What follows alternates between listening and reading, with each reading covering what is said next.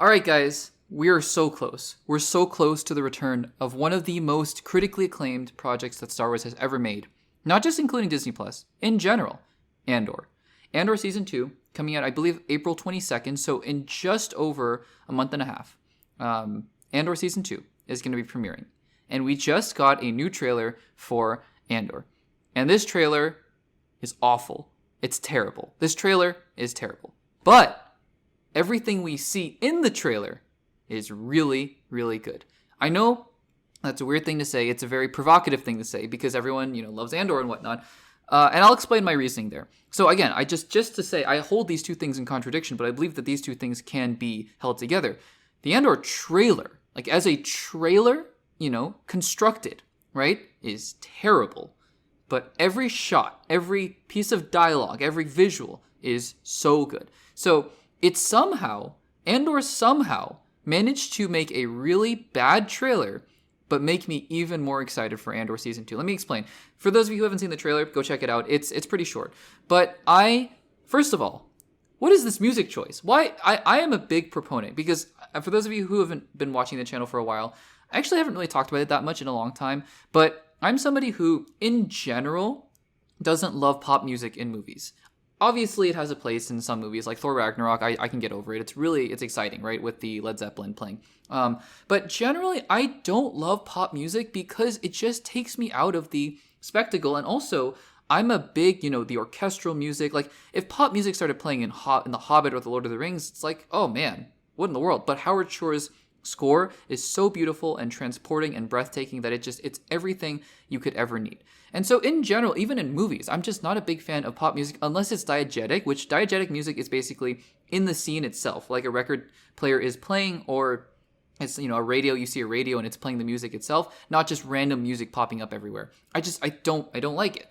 And so to do it in a trailer like this, it just took me out of it completely, on top of the fact that this is Star Wars. Can you imagine in Star Wars, when an Earth-based song starts playing, it's so jarring. It's so jarring. I don't like it at all. Star Wars trailers in general, I think every single Star Wars trailer I've ever seen for any project in the Disney Plus era, in the old era, or the sequels, whatever, it's been orchestral scores. It's been dramatized versions of themes that we've heard from John Williams. It's been all of that.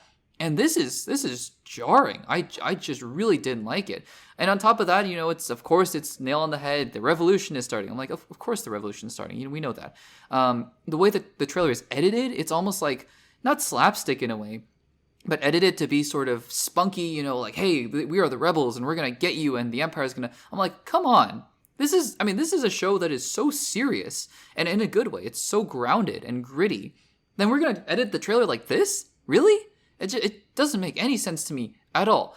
And the other thing that really bothered me is what's with all these quotes, right? Because honestly, for most movies, you only see quotes in trailers, and not even in trailers, like TV spots, when the movie is in its final marketing push. So it's like a week before the movie comes out or the TV show comes out, and the initial reviews have come out, and they're usually really good. Or even if they're generally not good, like Captain America: Brave New World will cherry pick the ones that are like exhilarating. Harrison Ford has never been better, whatnot. And even then, it's like, okay, well, we know you just cherry picked those reviews. Oh, we know Andor is good. I mean, you could have just said from Emmy Award or Emmy nominated, screenwriter Tony Gilroy, and the Emmy comes the sequel, to the Emmy nominated show in one of those transition black screens with the words that come up. Like, that's all you needed.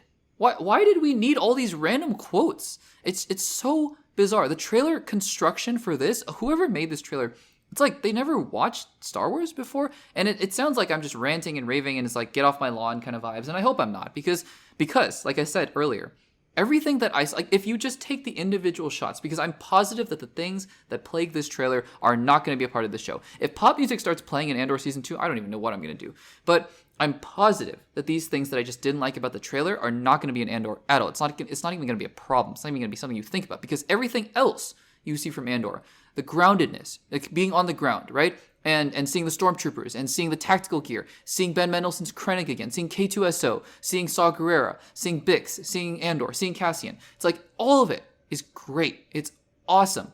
And also, on top of that, I think in this season we're going to see some more space fights. Because the first season was pretty grounded. Everything was ground combat, but we're going to see some more space fights. We get to see those Imperial officers, that guy and the girl who are working on that espionage plot, and I think that's exciting. And we see the Death Star, the construction of the Death Star, which we were hinted at the towards the 3/4 mark of season 1 in the prison break. It's all exciting. Like what we see objectively that's going to be playing out in the show itself is all super exciting. Again, I'm not somebody who thinks Andor is the greatest thing ever Star Wars has ever made. I like Andor.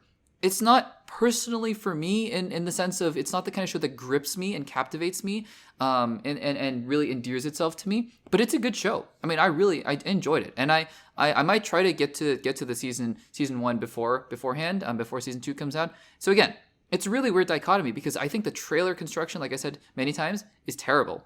But everything I saw from the trailer gets me more and more excited for Andor Season 2. Guys, what do you think of the trailer for Andor Season 2? That's one question. And are you excited for Andor Season 2? That's maybe even a separate question. Let me know in the comments down below.